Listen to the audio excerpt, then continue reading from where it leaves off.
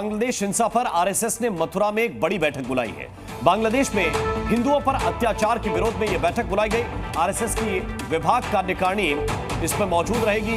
हिंदुओं पर अत्याचार बांग्लादेश रोके, ऐसा कहना है आरएसएस का। आरएसएस की चिन्मय दास को रिहा करने की भी मांग है। आरएसएस ने मांग की है कि चिन्मय दास को रिहा किया जाए और वहां की सरकार हिंदुओं पर हो रहे हमलों को रोकने का काम करे। दरअसल बांग्लादेश में हिंदुओं पर जुल्म और ज्यादती की सारी हदें पार हो चुकी हैं। कट्टरपंथी चुन चुनकर हिंदुओं को निशाना बना रहे हैं। जमात के लोग अब झूठे नैरेटिव से अपना गुनाह छिपाने की कोशिश में जुट गए हैं। बांग्लादेश में हिंदुओं पर हो रहे अत्याचारों के खिलाफ भारत में भी गुस्सा भड़क उठा है। सनातन से जुड़े लोगों ने यूनुस सरकार से हिंदुओं के खिलाफ हिंसा तुरंत रोकने की मांग की है। बांग्लादेश में कट्टरपंथियों की भीड़ अपने तानाशाह यूनुस को खुश करने और हिंदुओं को मारने के लिए सड़कों पर उतर आई है। हिंदुओं पर जुल्म, ज्यादती और दुनिया भर में बदनामी के बाद बांग्लादेशी कट्टरपंथियों की जमात अब नया नैरेटिव गढ़ने में जुट गई है। अपनी कमियां छिपाने के लिए कट्टरपंथियों की जमात अब भारत पर झूठे आरोप लगा रही है और कट्टरपंथी असम से दिल्ली तक कब्जे का सपना देख रहे हैं। लेकिन कट्टरपंथियों की इस जमात को आरएसएस ने करारा जवाब दिया है। बांग्लादेश में हिंदुओं के खिलाफ हिंसा को लेकर मथुरा में संघ ने बैठक की, जिसमें तय किया गया कि बांग्लादेश में हिंदुओं पर हो रहे अत्याचार को बर्दाश्त नहीं किया जाएगा।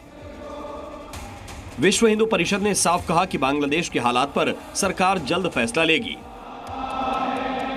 कि इस्कॉन के ऊपर और हिंदू भक्तों के ऊपर, हिंदुओं के ऊपर जिस तरह से लालछन लगाने की और उसको हमला करने की कोशिशें हो रही हैं, हमले किए जा रहे हैं, उनको प्रताड़ित किया जा रहा है, घरों को, मंदिरों को जलाया जा रहा है, इस पर विराम लगना चाहिए। इधर बांग्लादेश में हिंदुओं पर जुल्म के खिलाफ और इस्कॉन प्रवक्ता चिन्मय दास प्रभु की रिहाई के लिए पूरी दुनिया में इस्कॉन के 1000 से ज्यादा मंदिरों में शांति पाठ किया जा रहा है।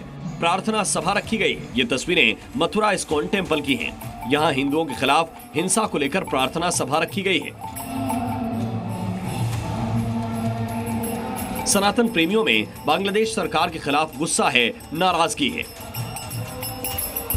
हम तो ये प्रार्थना करेंगे कि इससे मोहम्मद यूनुस सरकार की बुद्धि भी सुधरे। भगवान कृपा करें, इन जिहादियों की बुद्धि तो सुधरने वाली नहीं है।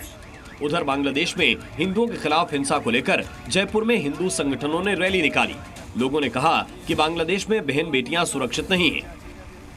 माता बहनों के साथ में वहाँ पर रेप, बलात्कार हो रहे हैं, उसको रोकना है।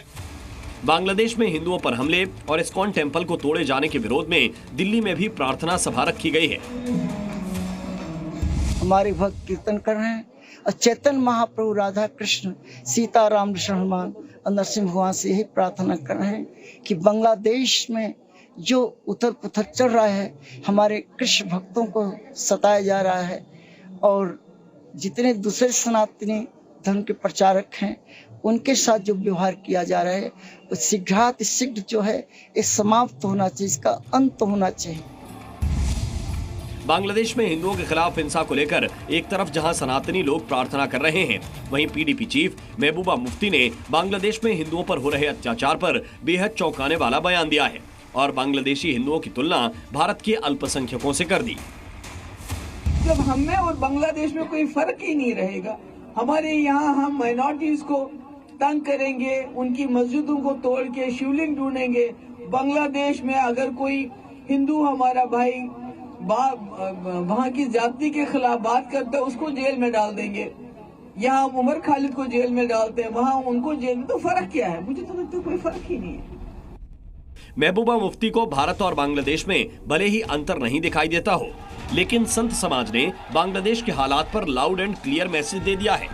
हम पूरे देशवासियों को ये कहना चाहते हैं कि आप सब एक होकर के सनातन धर्म के लिए कार्य करो, सनातन के लिए कार्य करो और सब एक हो जाओ। अरे बटोगे तो निश्चित है आने वाला समय बहुत खराब होगा।